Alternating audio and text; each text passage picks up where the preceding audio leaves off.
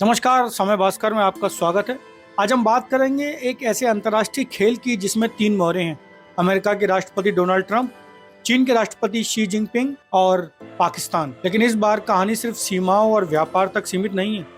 इसमें ट्रंप की एक और महत्वाकांक्षा जुड़ गई है, नोबेल शांति पुरस्कार की चाहत। ट्रंप का टैरिफ वार, चीन की पॉलिटिक्स और पाकिस्तान की पुरानी आदत, ये तीनों मिलकर भारत के सामने एक नया चक्रव्यूह खड़ा कर रहे हैं। बल्कि इस पूरे खेल के पीछे का सच और भारत की रणनीति बताएंगे। ऑपरेशन सिंदूर भारत की एक बड़ी सैन्य सफलता, इसकी चर्चा पूरी दुनिया में हो रही थी। लेकिन हमारे देश में कुछ नेताओं को ये सफलता पच नहीं रही थी। सेना पर, प्रधानमंत्री पर और देश की क्षमता पर सवाल उठाए जा रहे थे। विपक्ष में बैठे कुछ नेता संसद और मीडिया में पूछ रहे थे, हमारे कितने जेट गिरे, लेकिन किसी ने नहीं पूछा हमने पाकिस्तान के कितने जेट गिराए। आखिर क्यों? क्योंकि उनका एजेंडा पाकिस्तान को ताकतवर दिखाना और अपनी सेना को कमजोर साबित करना था। Air chief marshal AP Singh ने प्रेस कॉन्फ्रेंस में साफ कहा, हमने पाकिस्तान के 6 जेट गिराए, इसमें F-16 भी शामिल हैं।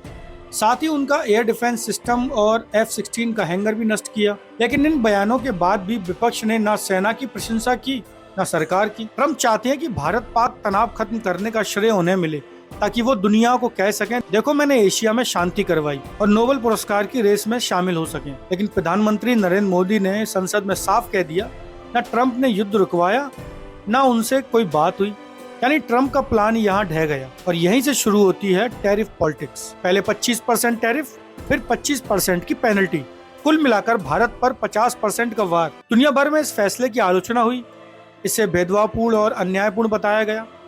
चीन, जो आमतौर पर पाकिस्तान का साथ देता है, इस बार ट्रंप के टैरिफ पर भारत के पक्ष में खड़ा दिखाई दिया।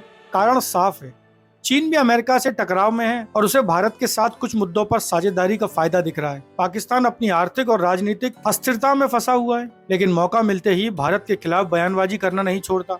अब आसिम मुनीर ने भारत को परमाणु हमले की धमकी दे डाली, और वो भी अमेरिका में बैठकर। अब आप तो जानते ही हैं कि ऑपरेशन सिंदूर में पिटने के बाद पाकिस्तानियों का मानसिक संतुलन खराब हो चुका है। F-16 का जिक्र सिर्फ एक सैन्य बयान नहीं था, ये अमेरिका को दिया गया सीधा संदेश था कि रूस से खरीदा गया S-400 भारत के लिए गेम चेंजर है। S-400 एक बार में 26 टारगेट हिट करता है। एयर चीफ ने इसे सुदर्शन चक्र कहा।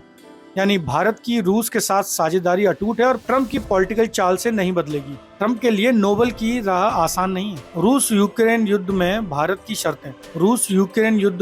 की शर्तें, भारत का इंकार और पाकिस्तान का वास्तविक चेहरा। ट्रंप ने शपथ लेने से पहले कहा था कि वो आते ही कुछ ही दिनों में जितने भी युद्ध दुनिया में हो रहे हैं उन सबको रुकवा देंगे। ट्रंप के लिए नोबेल पुरस्कार पाना एक वजह से और अहम है, क्योंकि बराक ओबामा को नोबेल पुरस्कार मिल चुका है, वो भी शांति के लिए। अब आप तो जानते ही हैं उन्होंने अपने कार्यकाल में कितनी शांति करवाई थी, लेकिन नोबेल पुरस्कार मिल गया। अब इसलिए ट्रंप भी नोबेल पुरस्कार चाहते हैं और इसके लिए वो दुनिया पर दबाव डालना चाहते हैं। और अब 50% टैरिफ लगाकर वो ये दिखाना चाहते हैं कि अगर नोबेल नहीं मिला तो कम से कम वो दुनिया की अर्थव्यवस्था को हिला सकते हैं। लेकिन इसका असर अमेरिका में उल्टा हो रहा है। महंगाई बढ़ रही है, जनता नाराज है और ये विरोध किसी बड़े राजनीतिक अभियान में बदल सकता है। भारत के अंदर विपक्ष को न सेना की उपलब्धि से खुशी है न सरकार की नीति से। 6 पाकिस्तानी जेट गिरने के बाद भी विपक्ष का चेहरा मायूस है। इतिहास में शायद पहली बार है कि भारत का विपक्ष अपने ही देश की जीत पर सवाल खड़े कर रहा है। वैसे पहले भी इस तरह की बातें विपक्ष कर चुका है और उसको मुंह की खानी पड़ी है। तस्वीर साफ है, ये चक्रव्यूह व्यापार या सीमा विवाद भर नहीं है, बल्कि व्यक्तिगत महत्वाकांक्षा का खेल है। नोबेल की चाह में ट्रंप का दबाव, चीन की रणनीतिक चाल और पाकिस्तान की पुरानी आदत, तीनों भारत को परख रहे हैं। लेकिन भारत का जवाब भी साफ है, हमारी नीति सुरक्षा और सम्मान किसी सौदेबाजी में नहीं बिकेगी। यही संदेश एयर चीफ मार्शल की प्रेस कॉन्फ्रेंस से दुनिया को मिला है और यही भारत की रणनीति का आधार है। तो कैसा लगा हमारा ये विश्लेषण? कमेंट करके बताइए। अगर वीडियो अच्छा लगा हो तो वीडियो को लाइक कीजिए, दोस्तों में शेयर कीजिए और समय भास्कर को सब्सक्राइब कीजिए और देखते रहिए समय भास्कर डिजिटल, आपकी अपनी आवाज़।